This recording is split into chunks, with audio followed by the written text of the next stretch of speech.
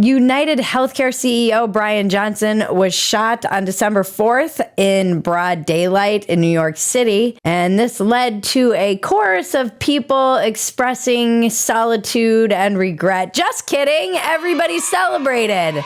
Not everyone, but many people did celebrate. In the media, of all places, the media coverage of it is so gross, just like our healthcare coverage.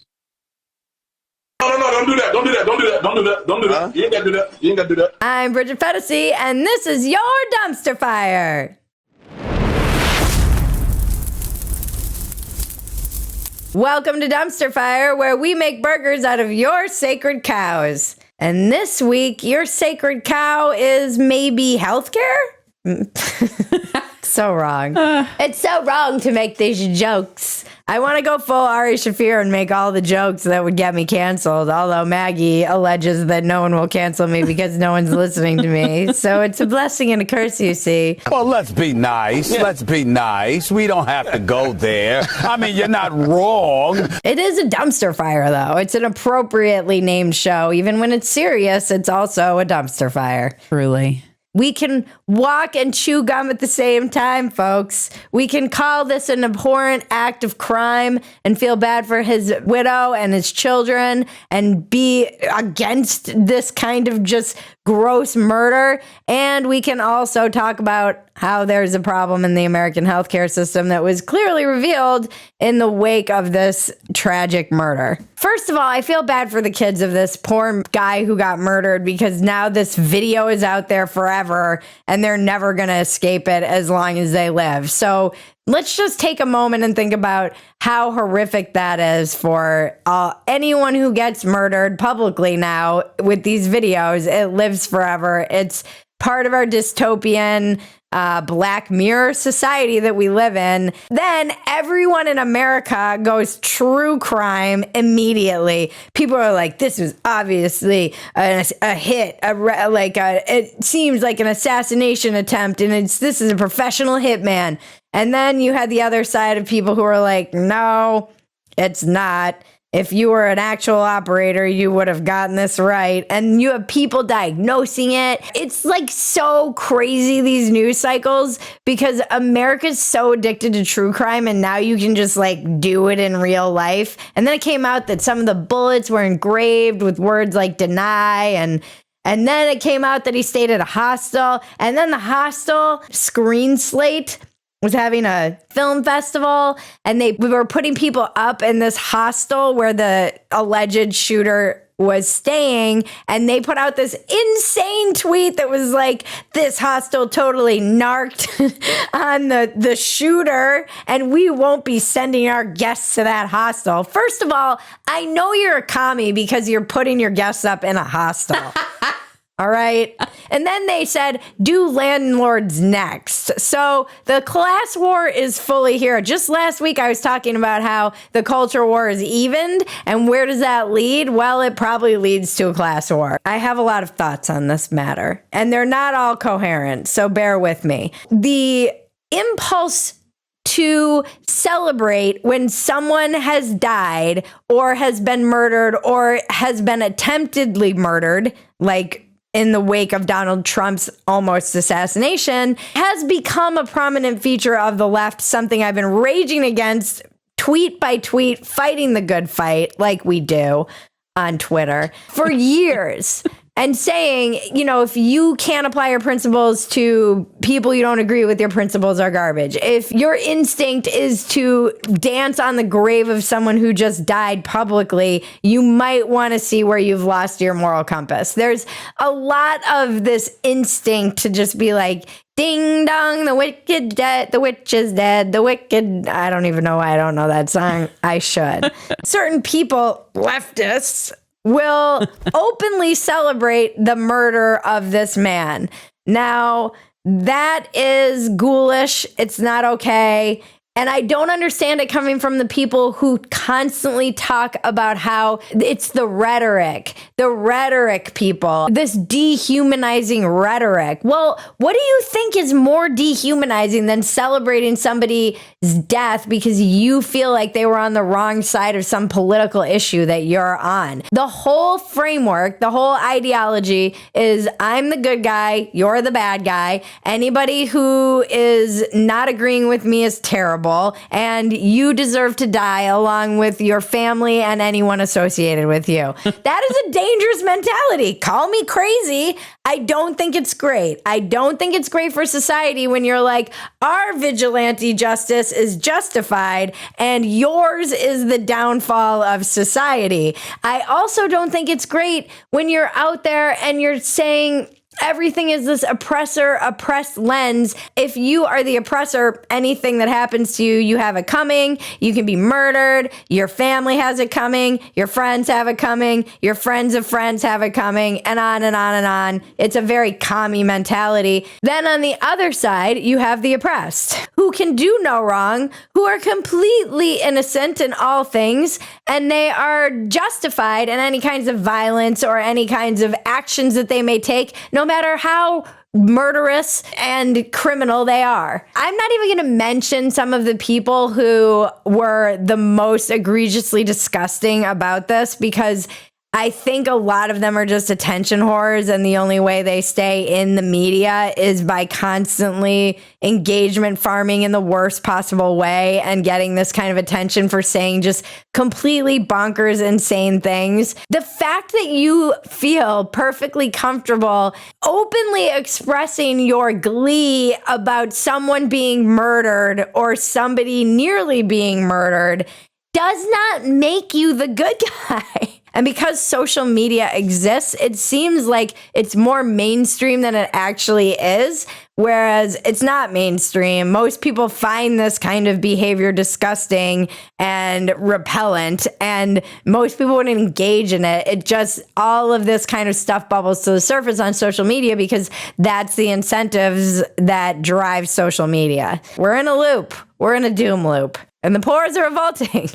We're also in a class war. The class war has begun. The class wars have. I love how this isn't considered the downfall of society, and our healthcare system is what they'll point to as the downfall of society, when it has been in some doom loophole of not being actual free markets. People are like, it's capitalism, man. Make the capitalists pay. No, our healthcare system is the opposite of free markets. It's not free markets at all. It is corporatist. It's some weird amalgamation of Obamacare, and it's trapped in some purgatory that it needs to be liberated from. The soul of our healthcare needs to be free. Free market, not single payer, like everybody says. Universal health care. Oh, we just haven't gone far enough with Obamacare. It just isn't single payer enough. No, guys, this is not the way. The reason it's all trapped in this loop is because that shit doesn't work. We need free markets. If it was a free market, the customer would be put first, not last, as we often see in our healthcare system. Can we address the shadow? This is where it gets very complicated, because I didn't want to even talk about the healthcare system, although the response to this has been largely insane from people in the media trying to justify it and carry water for it because this is their political ideology. Oh, this is just our proof that we need single payer healthcare or whatever. But there was also a whole Reddit thread that got shut down completely in the wake of this. And it was a lot of doctors and normal people, bipartisan people from all sides expressing their frustration with the healthcare system. I think this is one area, the American shadow, as I was saying. Can we address this? The sense of helplessness and rage one feels in dealing with the healthcare system is a real problem, clearly. And this healthcare system has been so resistant to reform that it is actually getting dangerous. This is a hard needle to thread because it is a truly tragic situation, and I am condemning it on all fronts. And it also struck some weird chord in America that I think you can't necessarily ignore, and to do so is to do so at your own peril. This is something that is deeply experienced and felt by everybody, and it deserves thoughtful consideration, and we should be able to talk about it. I don't think celebrating the death of a CEO is the greatest place to start, but it is something that in America we do need reform. Somebody help us, please. I don't know what to do. I'm not a genius, but I would love to know how you even address this. People smarter than me. Everyone! It's not even something it seems like the government can fix. It's completely fucked. The poors are revolting either way. I don't like it. This is why I need you guys to make me rich so I'm not a poor. But then won't you be revolted against? Yes. But either way, my head is ending up on a pike. Even if I'm poor. True. They're coming for me first. Covering all this serious stuff on Dumpster Fire is really hard. She said very hard. I know. Why hasn't Trump done anything weird that we can mock? Because Elon's running the country. I think nothing is more clear than that. Elon is in charge because we can't make fun of Trump. Before our next segment, don't forget to like, subscribe, touch my bells and buttons, tell your friends about us. Word of mouth is still the most powerful way to give us a introduction to your more based friends or whatever. Based sounds gross coming out of my mouth. Please help us reach our goal of 100,000 subscribers. We're on our way, guys, to the moon or whatever.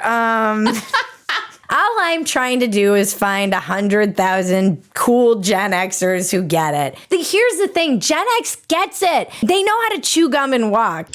I'm doing something. One thing at a time. They know that you can also be like, yeah, healthcare in the system is broken. Not the moment to like laugh at someone's death. They also are very resistant to the dick riding of Elon. Gen X knows. None of these people are heroes. They're skeptics. There is this whole thing that we're the last generation of being skeptics. And I think we are. I'm just an old lady on YouTube trying not to ride Elon's dick.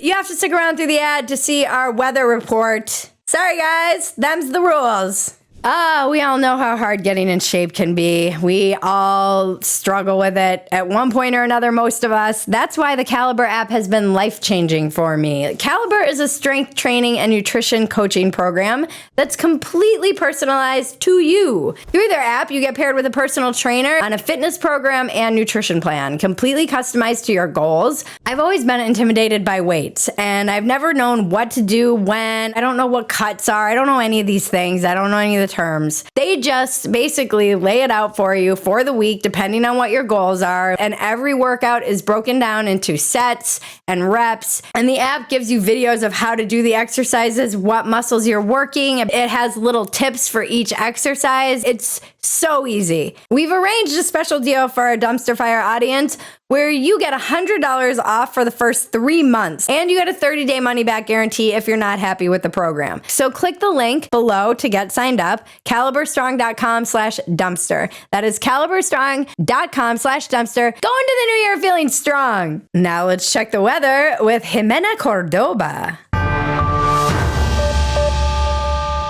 Otras temperaturas: Atlanta 92, Miami 90, un día mayormente nublado para Miami, San Francisco 70, Los Ángeles 85, pero Phoenix tiene la temperatura más alta en 103, pero tiene algo de lluvia. Thank you, Jimena. Game of Stonks. Stonks. The Hawk Tuah girl launched a meme coin. Everybody lost their money, and now they're all calling for her to be imprisoned. God damn it! You can't make this shit up! Nothing says America like healthcare and Hawk Tuah.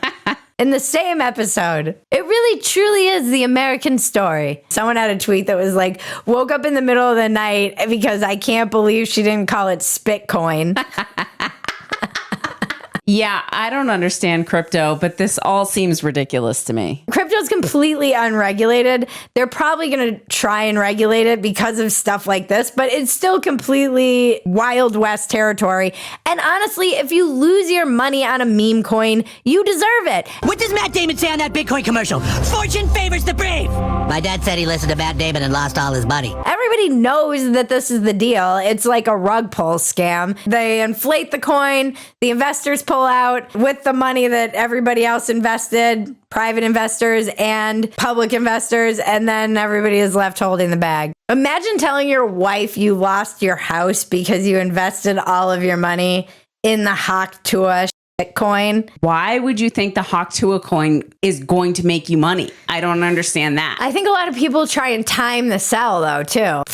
It's a gamble. You're gambling. Right. You're gambling and you lost. You're never supposed to stop when you're on a winning streak. A winning streak? You played one game. Stan, okay. What? All right, Stan, okay. And everybody in the comments is generally just like, you deserve it. If you put $20,000 into the Hawk Tuah coin, meme coin, you deserve to lose it because duh, obviously. And then people were kind of applauding her. They're like, she shouldn't go to jail. She's freaking based and awesome because she saw that like her 15 minutes is running out. Oh, you gotta give him that Hawk Tuah and spit on that thing. And she figured she'd grab like another 50 million before she got out. Phetasy news. If you love Dumpster Fire, please come support us at Phetasy.com. That's the best thing you can do. It's the best way to keep the lights on here. We have a whole community. You get lots of other content for free, and we're having fun back there. And you get the unedited version of Dumpster Fire before the edited version drops.